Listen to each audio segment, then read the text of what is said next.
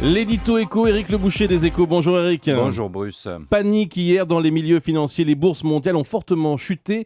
Tout ça à cause, on peut le dire, de la Réserve fédérale américaine qui annonçait pourtant une bonne nouvelle. Oui, la Réserve fédérale, la Fed, la Banque centrale des États-Unis, a annoncé qu'elle allait progressivement arrêter de subventionner les banques. Elle va mettre fin doucement à une politique engagée il y a 5 ans, au tout début de la crise des subprimes.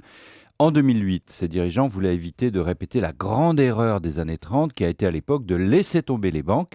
Elles sont tombées en faillite, en effet, et c'est ce qui a précipité la récession généralisée. Il fallait cette fois les sauver à tout prix et leur donner assez d'argent pour qu'elles le prêtent aux ménages, aux entreprises et que l'économie reparte. Et ça a marché. Il n'y a donc plus besoin de les soutenir. En tout cas, c'est l'analyse de la Fed. L'économie américaine repart, on peut ôter la perfusion.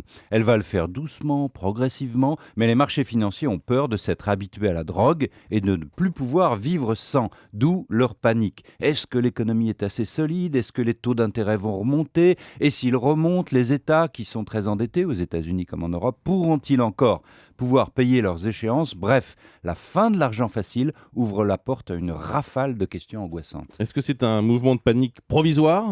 Le pire est que, Bruce, personne n'en sait rien, d'où les peurs. Il y a une logique de correction à la baisse. La bourse de New York s'était emballée depuis 1 an en battant tous ses records. Mais ensuite, que de danger. Nous commençons à entrer dans la période post-crise outre-Atlantique. L'Europe suivra peut-être, mais péniblement et pas avant 1 an. L'argent va devenir plus cher, plus rare. Toutes les facilités vont se terminer. Les taux d'intérêt vont remonter. Ils ont commencé, ce qui va poser d'immenses problèmes aux banques et aux États, à commencer par la France. Merci Éric Le Boucher.